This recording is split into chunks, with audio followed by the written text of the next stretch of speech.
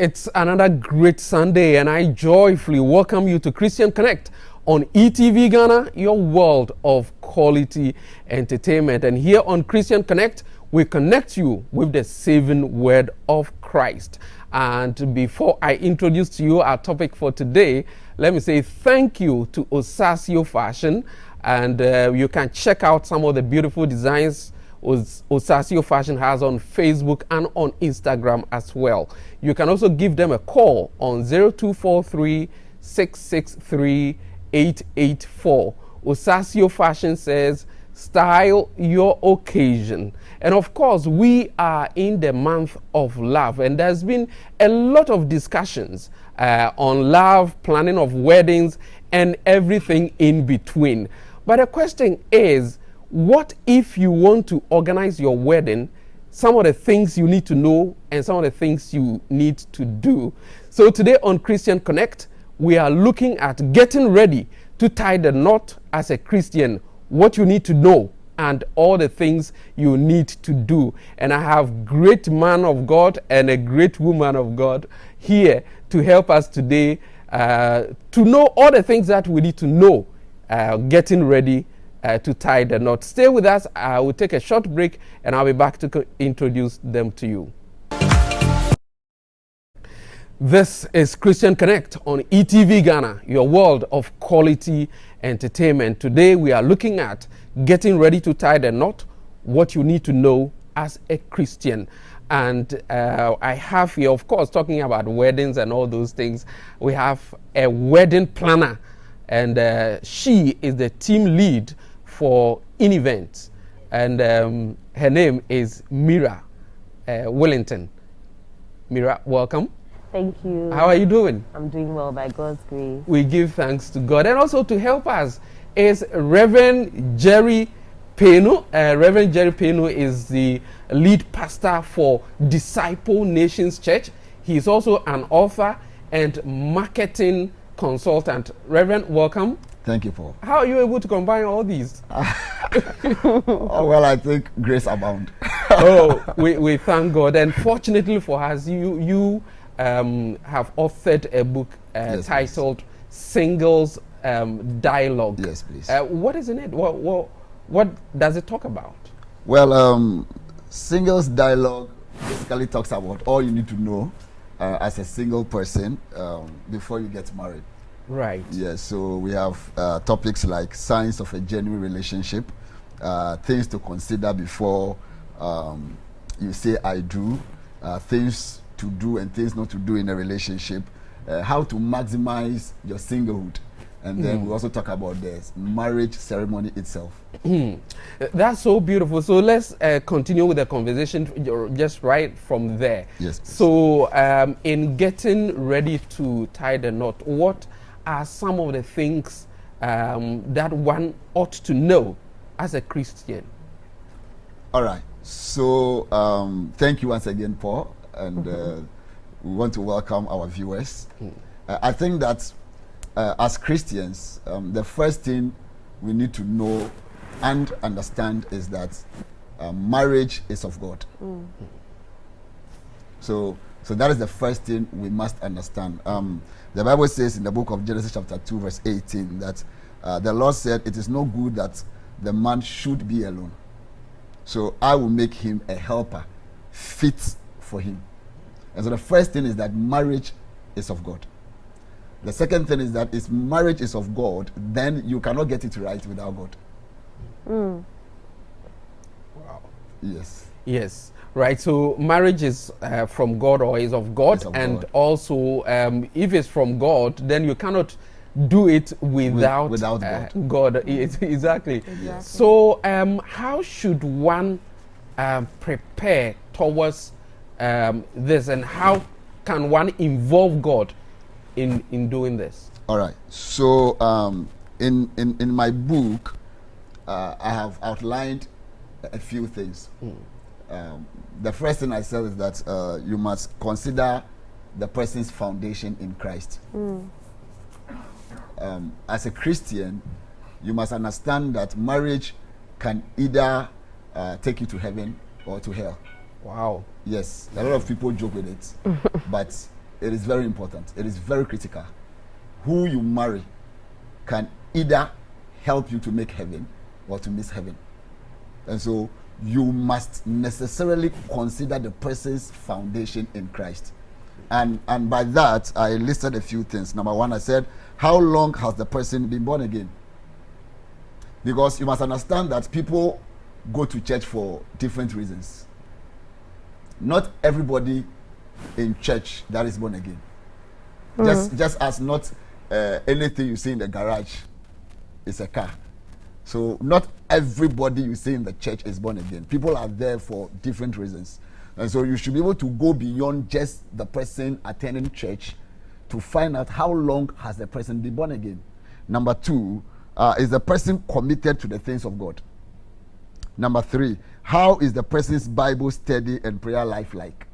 Of course, if you are dating somebody, you should be able to know some of these things. Does the person study the Bible? Does the person pray? How often do you discuss scriptures and all of that? And then you should look at, does the person pay tithe? Does the person contribute financially to the church? Because this is very important. I'll ask you questions about it, but you go ahead. Yes, this is very important because there is this thing I keep saying. Anybody who cannot give to God cannot give to you. And so you should be mindful if the person you are dating is stingy towards God, then you are in trouble. We'll continue with, with more of those things that you have. But first of all, let me start with the first thing that you started. I'll come with you to you very shortly, Mira. But let me still be with Reverend. You talked about how long has the person been born again? Yes. How does that matter? Because if I am born again, is it not possible that when I marry somebody who is not even born again, or how the person has just been born again, my life will lead the person to heaven? Because I think Paul even says that. All right, so the first thing I would say is that marriage is not a crusade ground. So you should get you are not marrying somebody to get the person born again or to transform the person. That is the first thing. The second thing is that marriage is about maturity. How mature is the person? The Bible talks about, as newborn babes, desire the sincere milk of the word. What it means is that people who are not mature in Christ are likely to get certain things wrong. Number two, if you are not mature in Christ, you are likely to behave just like those in the world. And that is what we want to avoid. And so, and I always tell my church members, when new converts join the church, don't be in a hurry to fall in love.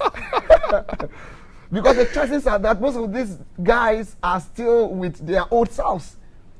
Okay, it takes time for people to be transformed. It takes time for people to change. Let us allow them time and space to be transformed by the Holy Spirit. Right. So let me come back. Let me come to you, Mira. You have been an event planner for 10 years? 10 years in the weekend. Wow. Yeah. Congratulations. Thank you. So how many weddings have you organized? Countless. Countless number of weddings. Honestly, I've decided to actually sit down and count because it's, by the time it got to about 20, it just started coming by the grace of God, and really we cannot even count. Wow. Honestly. Wow. So, I mean, Reverend has said a lot of things. In your own perspective, the weddings that you've organized, what are some of the things that you think people should know, or would-be couples should know? Okay. So I was going to say that, I mean, briefly as a Christian, I would say pray, about your marriage and the decision to, get married. And one key thing you really need to do is decide the type of wedding you're going to do. Are you going to do a church wedding, or are you going to do it in the garden? So if you're going to do it in the garden, when I say church, not as in whether it's going to be a Christian marriage, but whether I'm talking about venue, whether it's going to be held in the church. because when it comes to those things, I'm sure we'll get to that later, but when it gets to those things, the technicalities apply. So if you're doing it in the church, then when you set a date, you have to go through counseling. And then the church would either approve the date you want or they'll give you a date. So sometimes there's a little bit of contention there because sometimes people don't know this and then they set a date, but then you have to go through maybe about 6 months of counseling or 3 months of counseling, and then the date that you have set is not what you would end up doing. If you're going to do a garden wedding, then probably still after your counseling, you could have set a date, but the church will approve whether that date is okay.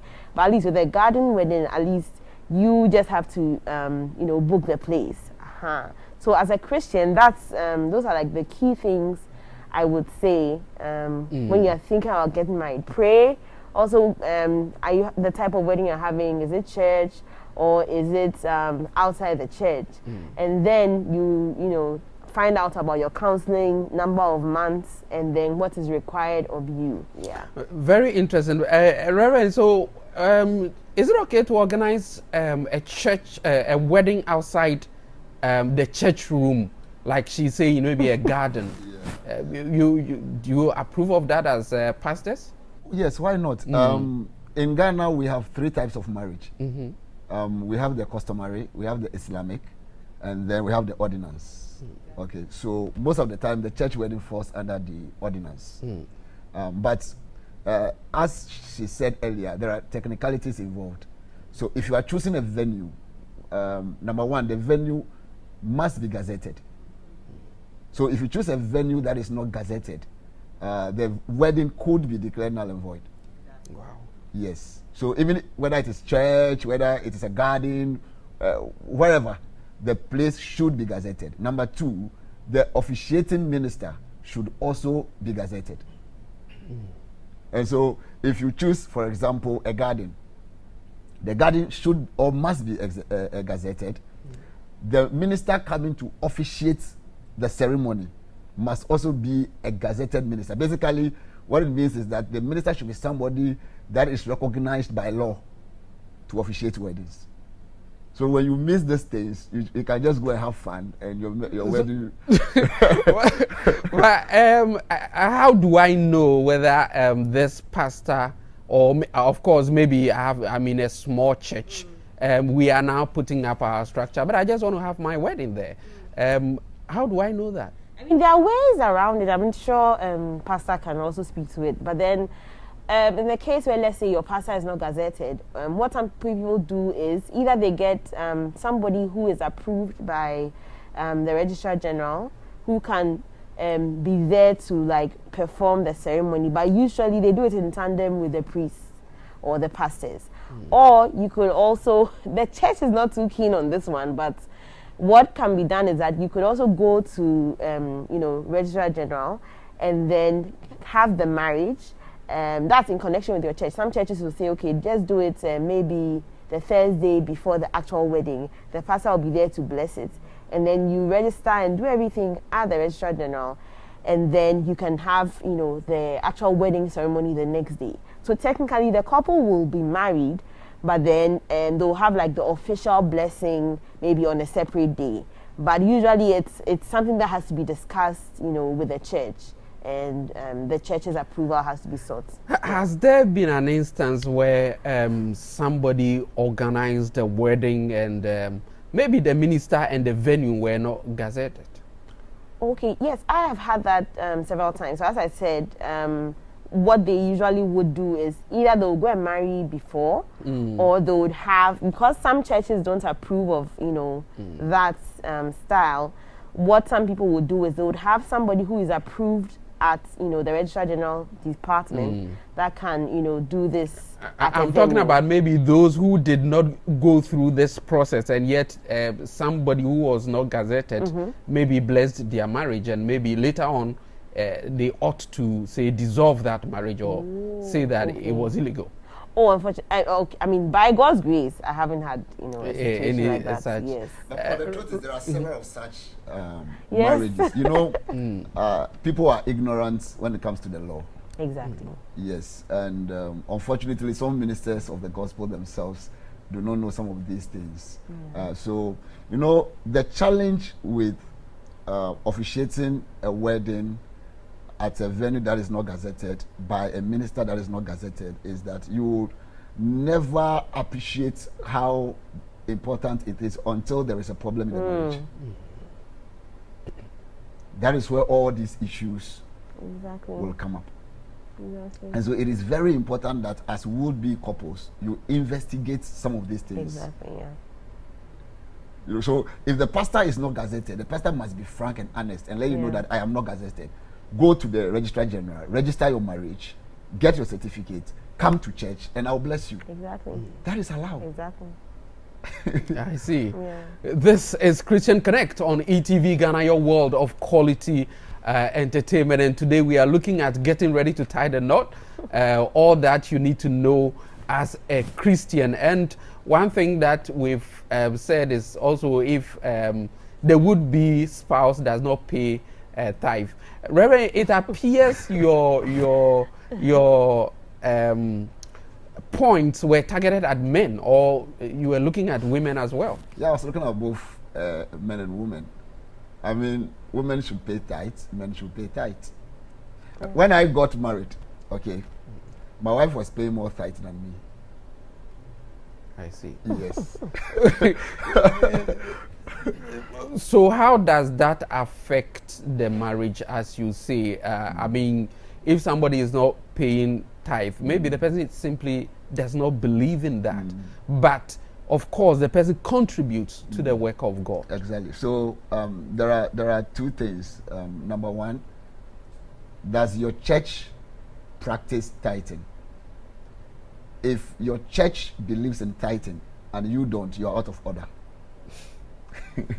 I mean, you cannot belong to a community and decide to live your life the way you want to live it. That is unacceptable. And so if your church believes in tithing, then you are obliged to pay tithe. If you don't, then it means that you are out of order. Okay.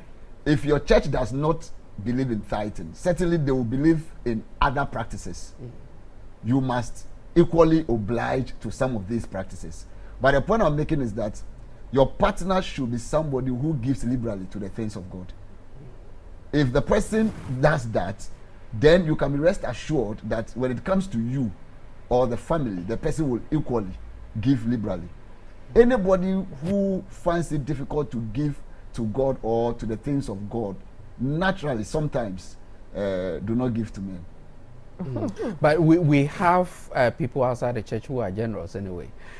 Oh yes, we are talking about Christian Connect. Oh, all right. So we are dealing within the Christian within the Christian context. Right. Yeah. So let's look at the individual themselves.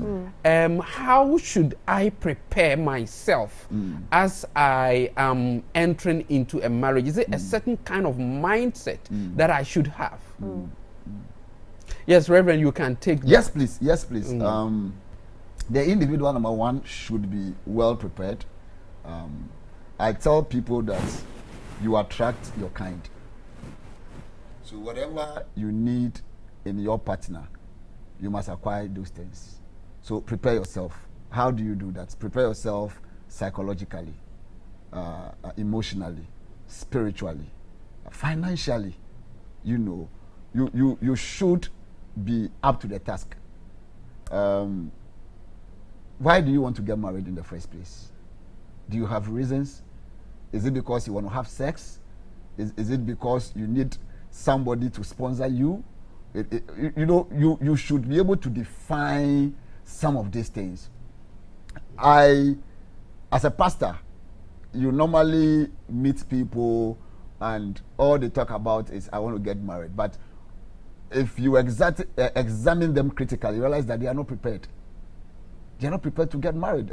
These are people who are singles and cannot even take care of themselves. You understand? If you cannot take care of yourself, there is no way you can take care of another person, let alone talk about children. And so, before you start thinking about marriage, number one, you should be somebody who is able to take care of yourself. Bible talks about the office of a bishop in the book of 2 Timothy chapter 3. And he says that if you cannot take care of your home, then don't think about taking care of the church of God. The same principle applies. If you can't take care of yourself, you are not ready to get married. So you should be able to take care of yourself. Wow.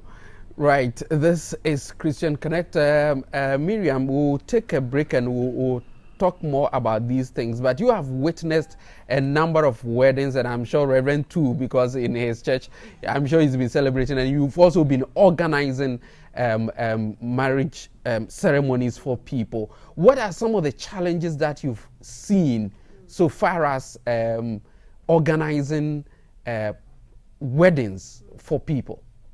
Okay, so with the challenges, I mean, the main one sometimes is the budget. That's, how much should go into the wedding.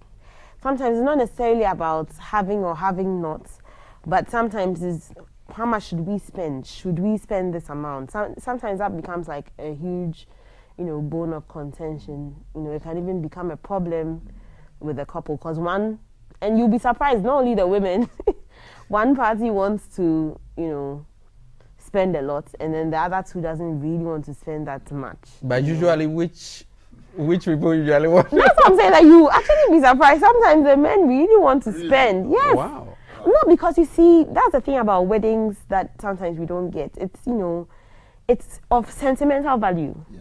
It's a memory somebody is creating. Yeah. So sometimes that's how come people would want to put, a lot into it, And then there are some women who, I just want to go to the court and sign, or in this case, maybe just go to church and bless it quietly, and then, we start our lives. Mm-hmm. But then the man, maybe wants to show off. Exactly. No, not even show off, but sometimes because of family and all that, maybe they want to have something that their parents can also celebrate and have fun at and all that. So sometimes a woman wants something small, but maybe because of family, concerns, or family also wants to. So many things come to play in situations like this. You'll be so surprised. Sometimes they say it's the women, but you'll be surprised that sometimes the men also would really want to spend. Yes. We'll come back to talk about the family issue, and Reverend, I'll ask you about it. But before that, let's take our Bible quiz, and we'll be back to continue.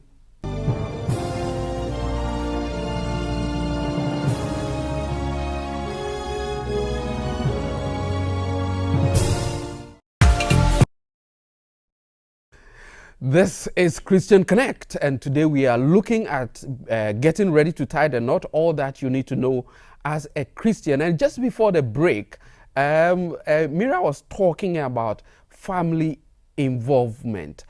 Reverend, how much should a family be involved in planning one's wedding or marriage?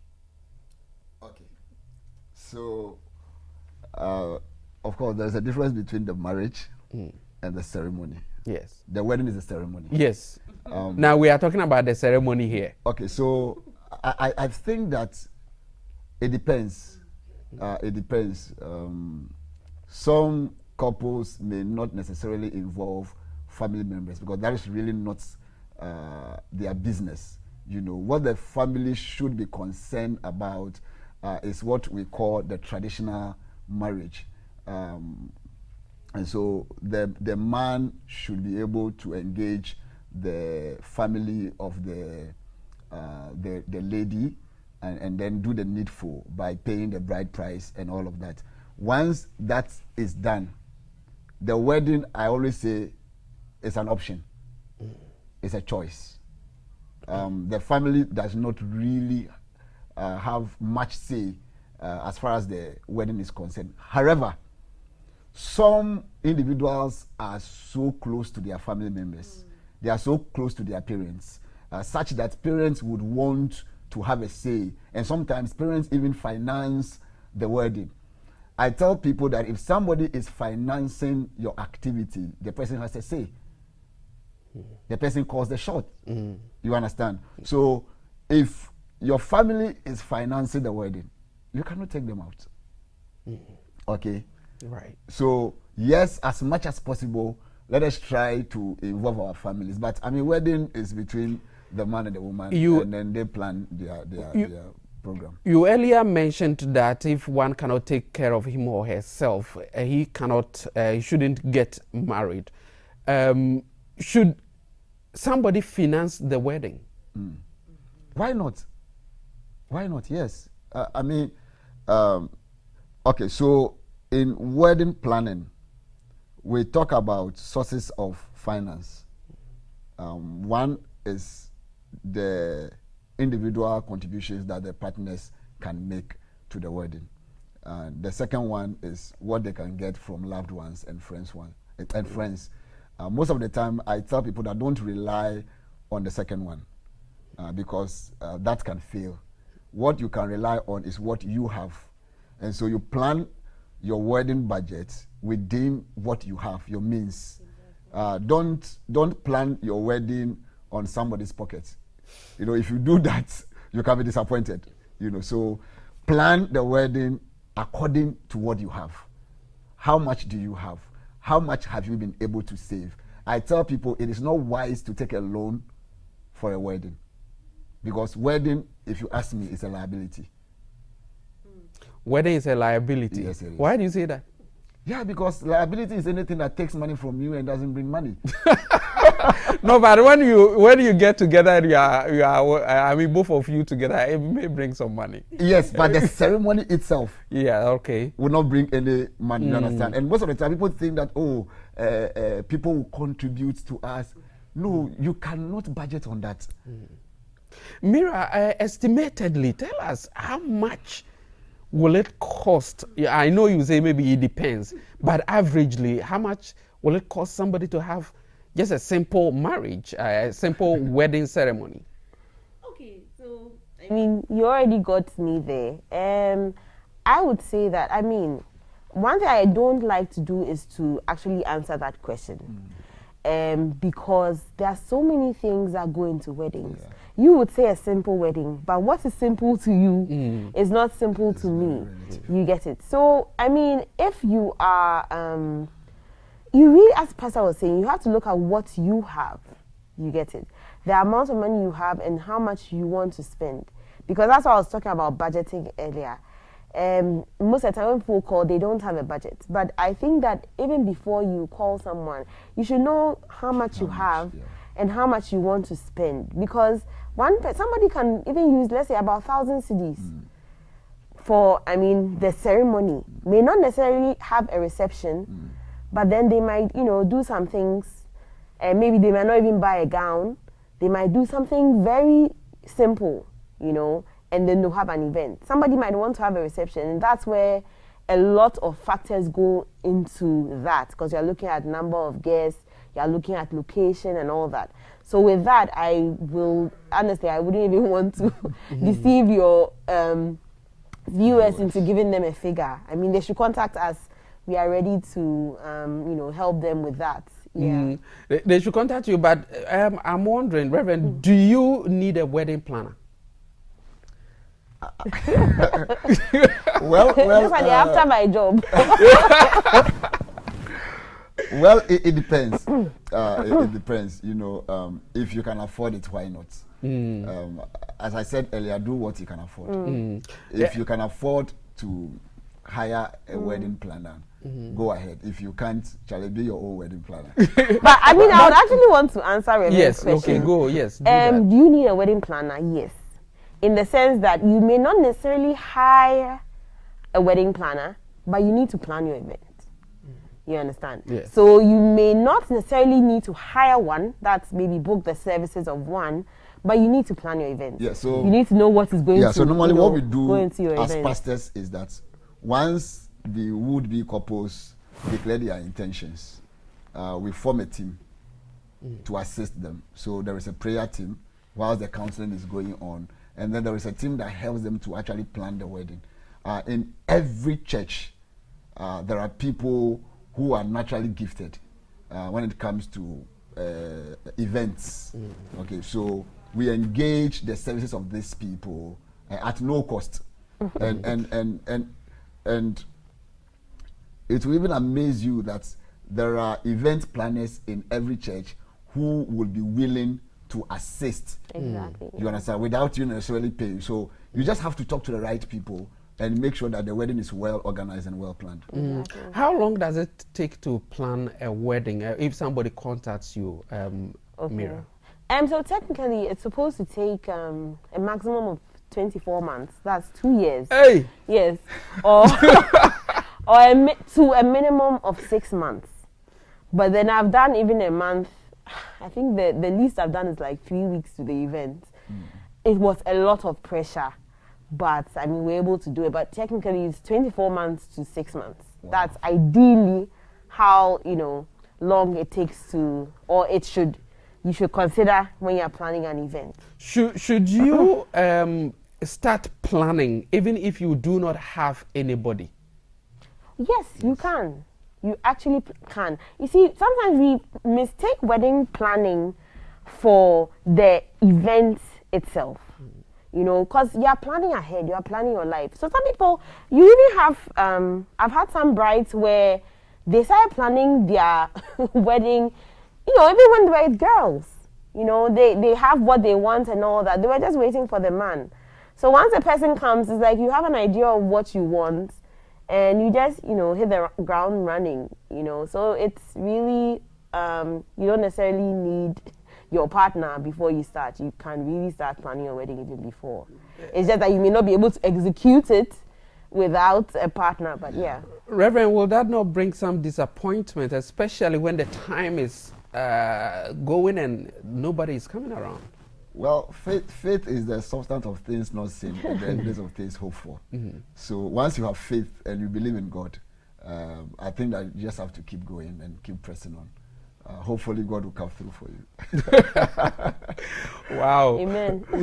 So you can self-plan even if you do not have anybody. And that's why she can say 2 years or 24 months. Yes, because Paul, it is very important that you plan ahead. For example, if you want to get married as a man, you would have to pay bride price.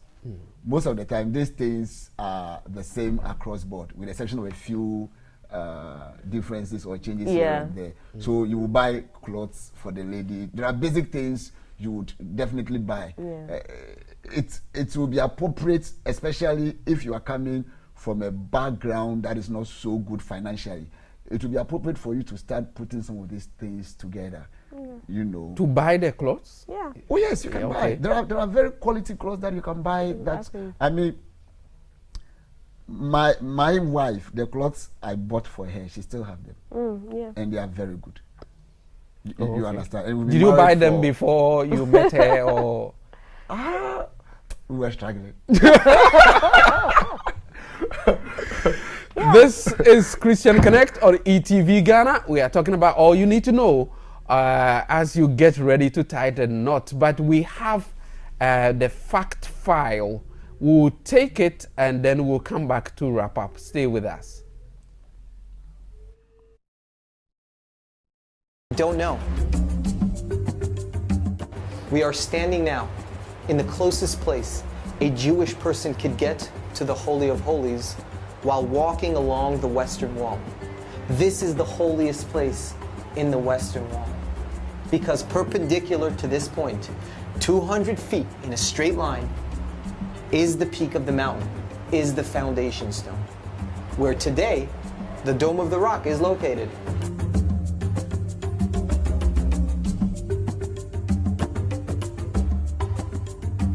So far, we've walked along the Western Wall, and now I'm touching the actual mountain, the bedrock. The Western Wall is above us. The Masons chiseled the bedrock to look like the Western Wall in order to create an optical illusion of continuity. These are original, authentic tiles of the main marketplace of Jerusalem 2,000 years ago. Jesus himself might have walked through this market on his way to the Temple Mount. This is Christian Connect on ETV Ghana, your world of quality entertainment, and we are looking at getting ready to tie the knot, all that you ought to know as a Christian. And there is a good news here, because of course we cannot tackle everything on this show, but Reverend Jerry Penu is giving out about 10 of his books for free. So if you want a copy of his book titled Singles Dialogue, okay, so this is a copy of the book, Singles Dialogue. Then you can send us a WhatsApp message on 020-2222-054. 020-2222-054. The first 10 people to send a message will receive a copy of Reverend Jerry Penu's book, Singles Dialogue. So that's the good news for you. So we continue with our discussion on getting ready to tie the knot, all that you ought to know. Now, we've mentioned a number of things that we need to know. Reverend, you were mentioning certain qualities. I'm also thinking we've talked about personal issues and how you must also prepare to meet your spouse. Are there some things that one ought to stop that perhaps when you are single? So maybe you do them, but as you get ready to tie the knot, you have to stop all those things or adjust all those things. Exactly, yes. Number one is expenses. You would have to look at the way you spend money if you want to get married. You should be mindful of what you spend money on, because once you get married, marriage is a responsibility.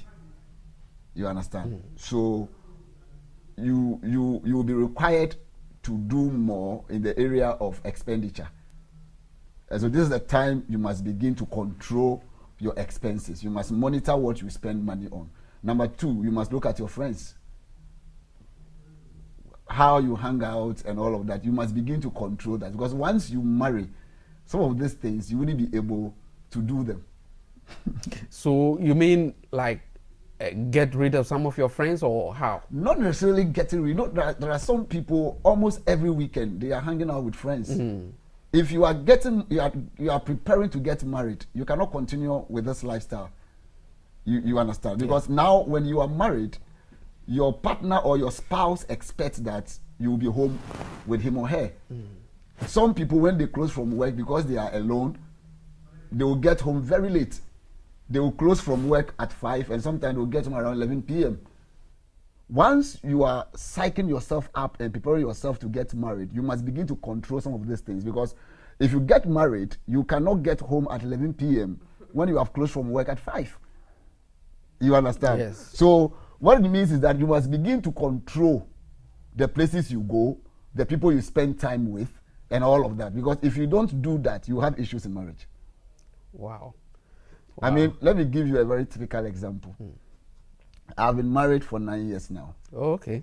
And I am doing a course at Trinity Theological Seminary. So last week, I went to school, and we closed quite late. I normally get home latest by 8:30 if I don't have any meeting anywhere. That day I got home after 10:30. My wife called my spiritual father, or my father in the Lord, to find out, because she's been trying to reach me and she wasn't getting me. Oh. Because yes, she expects that at a certain time of the day I should be back home. Yes. And once I'm not back home and she's not hearing from me, she's disturbed. You understand? Yes. So naturally, when you get married, your partner or your spouse expects that you'll be home with them. Yes. I see. So these are some of the things. So Mira, Usually, when people are getting married, you've been planning for them for so many years, about getting to 10 years now. Where is it about the venue that the people are more interested, or is rather the money issues? Okay, I mean, to answer your question, people are concerned about the money because the money will dictate, exactly how much you even have to pay for a venue, So, yeah, you need to, the money will dictate whether the kind of venue that you'll get. Okay. And then, sometimes too, if you're going to do everything in the church and basically you're not doing so much in terms of maybe decor or in terms of even the number of guests. I mean, there's a number of things that would go into it. Your choice of venue might affect how much you would even spend, entirely on the event. Yeah. Reverend, does it matter how long one attends counseling before marriage? Well, it depends on the church involved. Every church and their rules and regulations. Some do 6 months, some do 4 months, some do 3 months. So if your church says 6 months, you have to do 6 months. If your church says 4 months, normally I do 3 months. Oh, okay. Yes. But does it matter? Does it have any effect on the marriage? You mean does counseling? Yes, how long you do have the counseling have any impact on the marriage itself? Okay, not necessarily, because it is about what is being taught. And once you are able to cover the curriculum or whatever you want to teach them, I think you are good to go. But normally, some pastors may want to drag the wedding for very good reasons. One of them could be to be sure that probably the lady is not pregnant. Oh yes. Oh yes, oh yes, and also to test the couple, the would-be couple, exactly. And so there are several reasons why a pastor would want to drag the counseling program. We talked about the fact that you can prepare yourself even if you've not found the one that you would want to marry. Can you go for counseling alone? No, please. Technically, you can if your spouse is not here, but the person also has to be doing I think he's counseling talking about starting a counseling when you've not found Yes. Oh, that's what you mean. I mean, that you can't do that. Yeah, you should do it together. Yes. So what some pastors are doing now is trying to prepare the people at all times. You understand? Yes. So there are a lot of marriage programs in churches now. Almost every month or every week, there is one teaching or the other on marriage. And all. So all of these things contribute to preparing the people for marriage. So by the time you are even ready, you may have learned a lot. And so the counsel is just, if you like, a formality for you to go through. People also want to do certain things before they get married. For example, somebody will say, I would want to build my own home before, my own house before I get married. Some also want, maybe has started a business, wanted to be well established before he or she gets into marriage. Some says, I've completed school, I need to get a job before I get married. Some of these things, do they matter? I mean, do you have to build a house before you get married? All right. So in my book, I spoke about the person's foundation in Christ. The second thing I spoke about is the person's future plans. You should be interested. Okay. When does a person want to get married? What are his plans? What are her plans? If the person is not, for example, if the lady wants to get married in the next 2 years, and the gentleman wants to get married in the next 5 years, there is a mismatch. So the lady would have to decide whether she still wants to continue with the relationship, or whether she would even want to accept the proposal in the first place And the same applies to the man. When do you want to get married? What are your plans? For example, you want to build your business. That is your focus maybe for the next 5 years. So it means that marriage is not part of it. If you are proposing to a lady, you should be able to tell a lady no. You understand? You should be able to come out and be open. I know a gentleman and a lady who are in a relationship, and almost every now and then the gentleman comes up with a new plan. Wow. Yes. Initially, the gentleman wanted to complete a particular academic program. Then, just as he was about to complete that, he came out with a building project. So those excuses. Yeah, so almost every now and then, the gentleman comes up with something, and for which reason the marriage cannot take place now. And eventually the lady would have to say, look, I'm sorry, I have to move on. Wow. So yes, you would have to know the person's future plans. Okay, that's very interesting. Let me quickly ask you, Mira, has there been times that somebody called you for events for their wedding and then they finally had to call it off? Call the wedding off entirely? Okay, so in my case, by God's grace again, I must say, I haven't had that. I've had situations where people would have to maybe postpone. Okay. For various reasons, sometimes maybe date and stuff like that. So yeah, I mean, I've had situations where people would have to postpone.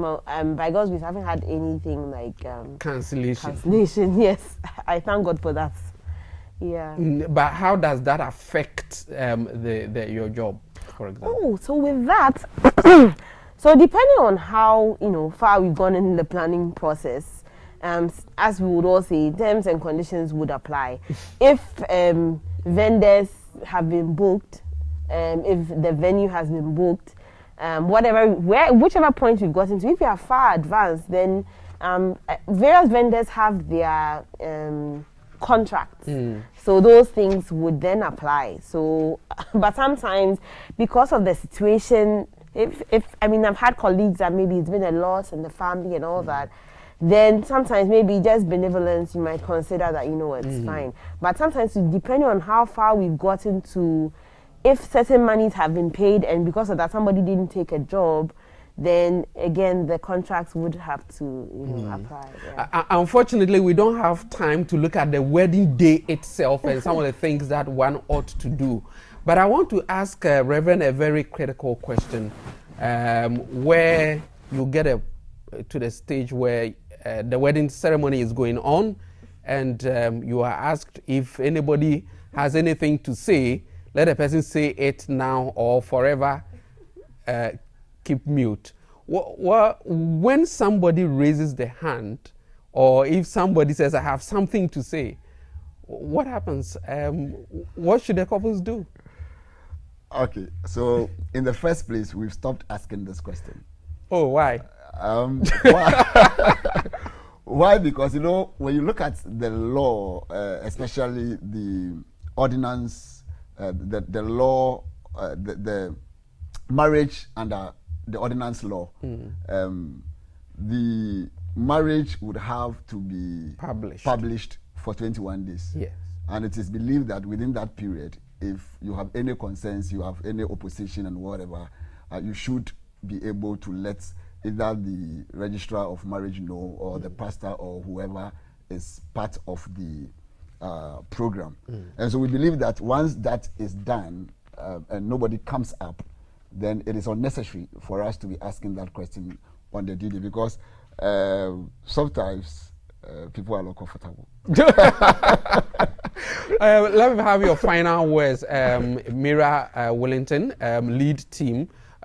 team lead for in events. Yes. Your final words, please. So my final words would be, as I said earlier, pray before you start. Also, if you are, having your event at church, and the thing is that, we're talking about Christian marriages here. Ask your church questions. Don't hesitate to ask any questions and be informed. Also, make sure that you are also going by the law, because you don't want to have to dissolve your marriage based on the technicality that you could have found out before your wedding. And then also plan, decide how much you want to spend. And I mean, don't hesitate to dream. You can dream. When you come to us, we'll find a way to, tailor your dreams to reality. But I'm always telling my clients that don't hesitate in dreaming, because I mean that's where everything starts from. So yeah, right. That's beautiful. Reverend Penu, your final words, please. All right. My final words: Christians should marry Christians. Very important. Marry Christians. Number 2, respect the rules and regulations of your church. Plan your marriage. Plan your wedding. The marriage itself, life after the wedding, is more important than the ceremony. The wedding is just a ceremony that will take place within some few hours, but the marriage is going to be forever. And so take your time and plan for your marriage. Plan how you're going to live together as a couple, and be prayerful. And be prayerful, of course, as Romans 12:12 would say, rejoice in hope, be patient in tribulation, and be constant in prayer. And also, that's how we bring today's discussion to an end. But as I indicated, there are a lot of things that we have in Reverend Jerry Penu's book, Singles Dialogue. And if you want a copy, he's generously giving us 10 copies for free for our viewers. So just send a WhatsApp message to 020-2222-054 and reference Christian Connect and the Singles Dialogue book by Jerry Penu, and obviously we'll surely give you a copy of that. So quickly, Reverend, where can you get copies, just in case somebody wants to buy some? Challenge Bookshop. Okay. Yes. Right, Challenge Bookshop. I'm sure when you get there, you'll get a copy. Yes, so let's take an answer to the Bible quiz now.